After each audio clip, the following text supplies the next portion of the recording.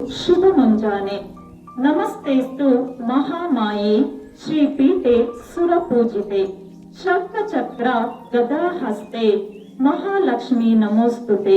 ಎಲ್ಲರಿಗೂ ವರಮಹಾಲಕ್ಷ್ಮಿ ಹಬ್ಬದ ಶುಭಾಶಯಗಳು. ನಾವು ಮಾಡುವ ಪ್ರತಿ ಹಬ್ಬದ ಹಿಂದೆ ಒಂದು ಕತೆ ಹಾಗೂ ಹಿನ್ನೆಲೆ ಇರುತ್ತದೆ.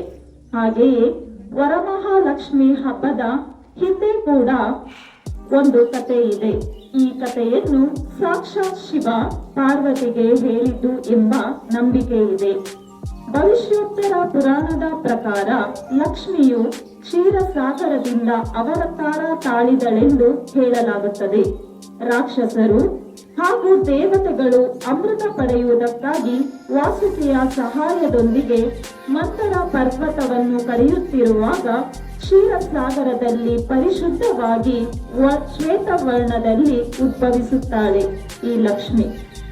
ಹಾಗಾಗಿ ಲಕ್ಷ್ಮಿಯನ್ನು ಕ್ಷೀರಸಾಗರ ತನೆಯೇ ಎಂದು ಹೇಳಲಾಗುತ್ತದೆ.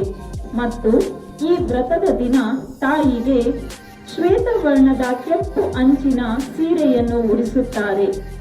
ಶ್ರಾವಣ ಮಾಸ ಎಂದರೆ ಹಬ್ಬಗಳ ಮಾಸ.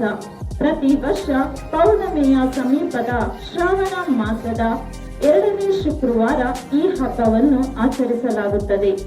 ಈ ವರಮಹಾಲಕ್ಷ್ಮಿ ವ್ರತವನ್ನು ಎಲ್ಲಾ ಮುತ್ತೈದೆಯರು ಭಕ್ತಿ ಶ್ರದ್ಧೆಯಿಂದ ಆಚರಿಸುತ್ತಾರೆ.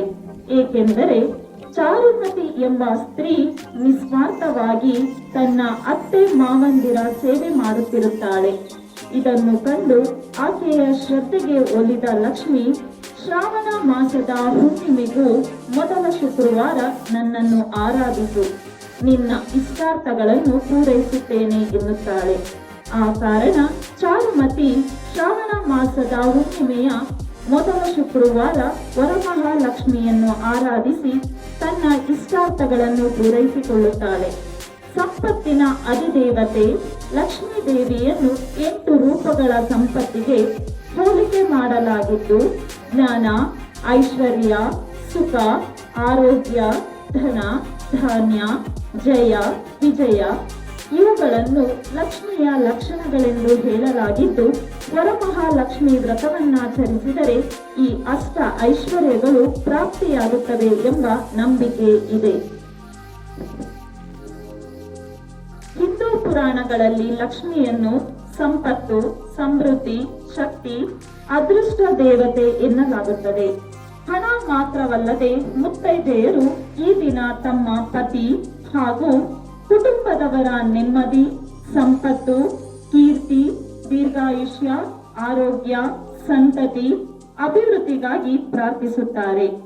ಎಲ್ಲಿ ತನು, ಮನ, ಮನೆ ಶುದ್ಧವಾಗಿರುತ್ತದೆಯೋ ಅಲ್ಲಿ ಲಕ್ಷ್ಮಿಯು ತಾಂಡವವಾಡುತ್ತಾಳೆ.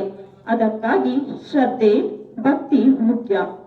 ಹಬ್ಬವನ್ನು ಎಲ್ಲರೂ ಸಡಗರ ಸಂಭ್ರಮದೊಂದಿಗೆ ಆಚರಿಸಿ ವಿಷ್ಣುವಿನ ಹೃದಯವಾಸಿ ಲಕ್ಷ್ಮೀ ದೇವಿಯನ್ನು ಪೂಜಿಸಿ ಶ್ರದ್ಧೆ ಭಕ್ತಿಯೊಂದಿಗೆ ಅವಳನ್ನು ಆರಾಧಿಸಿ ಅವಳ ಕೃಪೆಗೆ ಪಾತ್ರರಾಗಿ ಎನ್ನುತ್ತಾ ಮತ್ತೊಮ್ಮೆ ವರಮಹಾಲಕ್ಷ್ಮಿ ಹಬ್ಬದ ಶುಭಾಶಯಗಳು.